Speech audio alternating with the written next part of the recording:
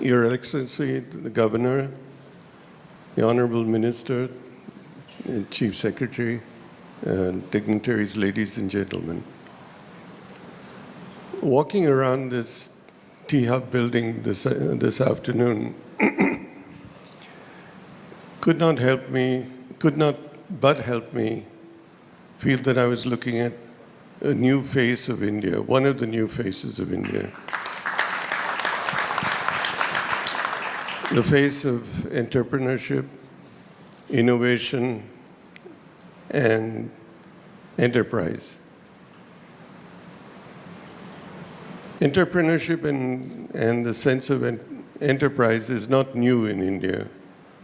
We're a nation of people who have been shopkeepers, small cottage industry managers and owners. We have done this over the years. We have been entrepreneurs, be it in agriculture, be it in traditional industries. And yet we have not been recognized all over the world as an enterprising country. What we have not done is registered ourselves as an entrepreneurial nation in the new technologies of the world.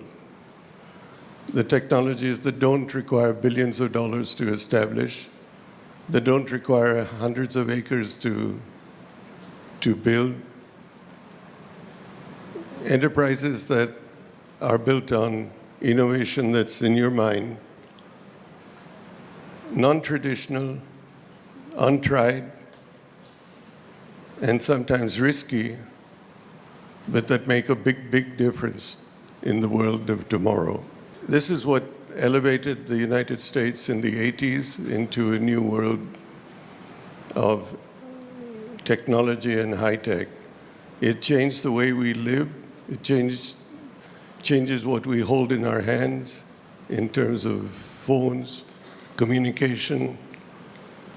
And yet India has only been a part of it through people who left India and gone elsewhere. And why? Because the environment here didn't support them. I grew up in an environment where if you had an idea, your boss or your manager politely told you, and sometimes not so politely, that you need to gain some experience before you open your mouth. You need to roll up your sleeves and spend 5 years on the shop floor. Then you can talk. And that's not what enterprise is today. Enterprise today is an ability of someone who may be in his 20s, who has a good idea, and he needs to find a way to implement them. We now have an environment of venture capital that listens to that person, and we have a facility like this to enable that person to try out his idea, to bring it into reality or fruition in a manner that is interdisciplinary, open, and unifying. So this is, in fact, the first look at the new India of tomorrow.